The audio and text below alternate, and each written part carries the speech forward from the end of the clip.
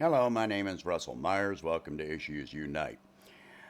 This past year has been the biggest illustration ever that the United States needs to move toward a more socialist economy. And there is no argument against this. I mean, the ones that argue against it are capitalists. And yet, capitalists are the ones that are wanting to be bailed out with what? Public government funding. The airlines want to be bailed out. The oil industry wants to be bailed out. The restaurant industry wants to be bailed out. Amtrak wants to be bailed out. Name an industry that doesn't want to be bailed out. And yet, look at the stock market. Do they really need to be bailed out? If capitalism worked, then why did these companies, all these corporations that are now many of them declaring bankruptcy, even many that are not declaring bankruptcy, are because they have received massive bailouts that you and I pay for, and our children will pay for, and our grandchildren will probably be paying for. It's like $25 billion to the airlines alone, and we have no idea how much has been provided to the oil and gas industry. We have no idea. And look what happened when they passed the stimulus, $1,200, and then the $600 a week to people that were unemployed, which brought many people above the poverty threshold. Well, all the capitalists were complaining about these people not wanting to go back to work. Well, if they were going to work in safe conditions and making a living wage, yeah, in many cases they were doing better staying at home. Would you make a different decision if you had that option between working for minimum wage or getting more money by staying at home without having to pay for child care and so forth and so on, and placing yourself at risk? Which choice would you make? I'm going to mention that very early on, Tulsi Gabbard had suggested a $2,000 a month universal basic income provided to everyone. That meant whether you were working or not, you got this money. And that's what universal basic income is about. It's enough to provide for a living, a basic living. And if you want above and beyond that, you can work and get above and beyond that. Now, the capitalists argue, well, that'll increase prices. No, that does not increase prices. That does not increase prices. It is the greed of the wealthy that want to seize all of that wealth that increase prices. Quite some time ago, I came up with what I called the Hamburger Project. The point of it was to illustrate how much $1 goes toward food stamps or something like that, goes toward so many jobs. It multiplies wealth. This year has clearly illustrated this, and just how accurate this picture is. The Hamburger Project was to get people to think, if you make a hamburger at home, how many jobs are involved? How many jobs are you supporting by purchasing the ingredients for that hamburger. And this is just a hamburger you make at home. All right, so you go to the store. All right, first of all, you're going to be paying the cashier, the manager, the stock people. All right, so then you're going to buy bread. So you're supporting a farmer that grows the wheat, the mill that processes the flour, excuse me, the bakers, the bakery workers that turn it into bread, the ranchers that produce milk, other farmers that produce sugar. You've got truck drivers that are delivering the products from one location to another. Then you've got the mayonnaise. You've got chicken farmers, egg farmers, and the farmers that grow the grain that are turned into vegetable oil that is used in it, and et cetera, et cetera. The processing plant, again, more truck drivers. All right, and so all the food processing, right? Mustard, it's about the same thing. Farmers, the grain, the farmers that grow mustard, farmers that grow grain that are made into vinegar, and food processing at multiple levels here. Pickles, farmers, again, more farmers to make the vinegar to grow the grain, the plant that makes the grain into vinegar, truck drivers, etc. All right, and the meat itself. You got the ranchers, the butchers, okay, and all right, right on down the line, tomatoes.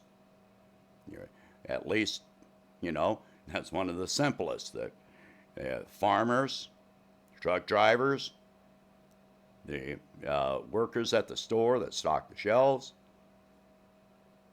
ketchup, same thing.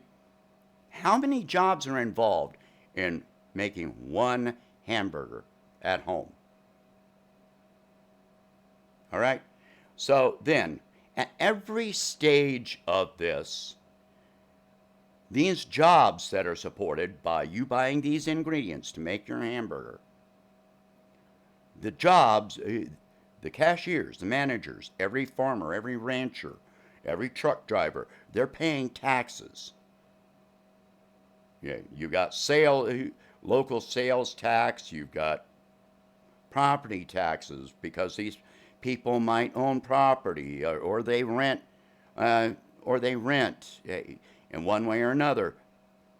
Yeah, they're paying municipal taxes, property taxes that go to state and local governments. And that goes into what? That goes into paying teachers. It goes to road construction and repair. It goes into health departments.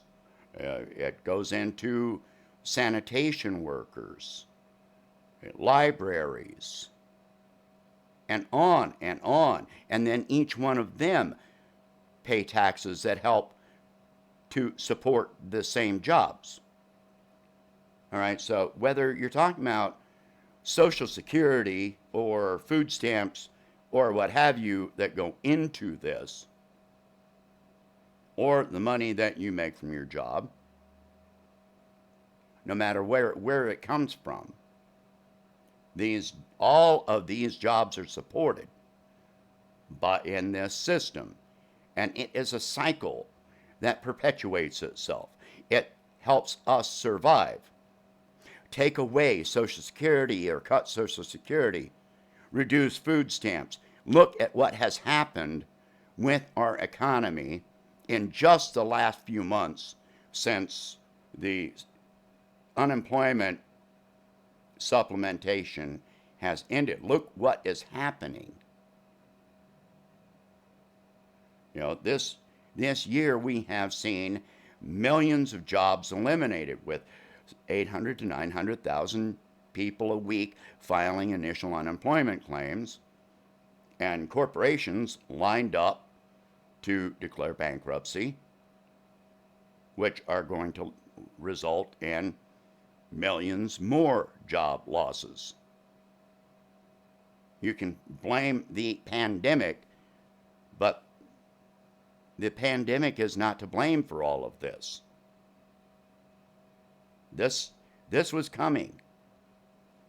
We had 9,600 retail outlet closures last year. Over 200 trucking companies, not 200 truckers, 200 trucking companies that went out of business last year. How? So capitalists want you to believe that capitalism is the answer, but there's no truth to this. It is capitalism that is looking for a bailout.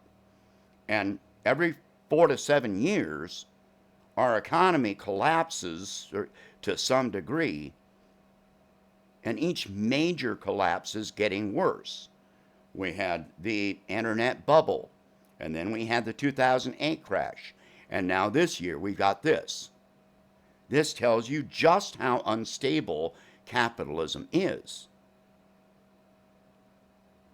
And now, how many millions of people are facing eviction, starvation during the winter months? But look at the stock market. It's still almost at 29,000. Right? When do you get the picture? This year, with people needing medical care, roofs over their head, food on their table for their children, teachers. This year has been the biggest case for socialism in this country that we have ever seen. There is no more denying it. You can be triggered by a word, but we've been a largely socialist country for many decades, since the institution of Social Security and Medicare and Medicaid, which pay for doctors and nurses and x-ray techs and housekeepers for hospitals and clinics and all of this. And all of those people pay taxes and Social Security taxes. So it's not a matter of whether taxes are good or bad. It's what they're spent on. When it's spent to bail out the rich, no, it doesn't help us. When it's spent on building bombs, no, it doesn't help us. Guess what? If you spend money on building bridges, on feeding people, on educating people, you're creating a lot more jobs than any bombs or tanks or airplanes or bombers or jet fighters, jet fighter construction. You're creating a lot more living wage jobs by investing in things that improve our society. You improve lives rather than destroying them. So, understand this.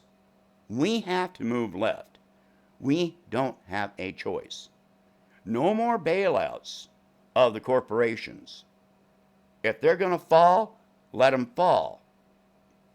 They've been destroying small businesses and laying off tens of thousands to millions of people every year.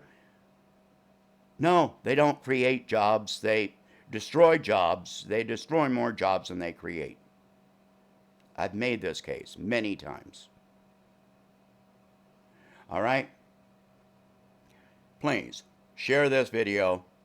Talk about these subjects. Far and wide, talk about these subjects. If you can, please donate $1 a month to help expand the channel, and I'll catch you in the next video.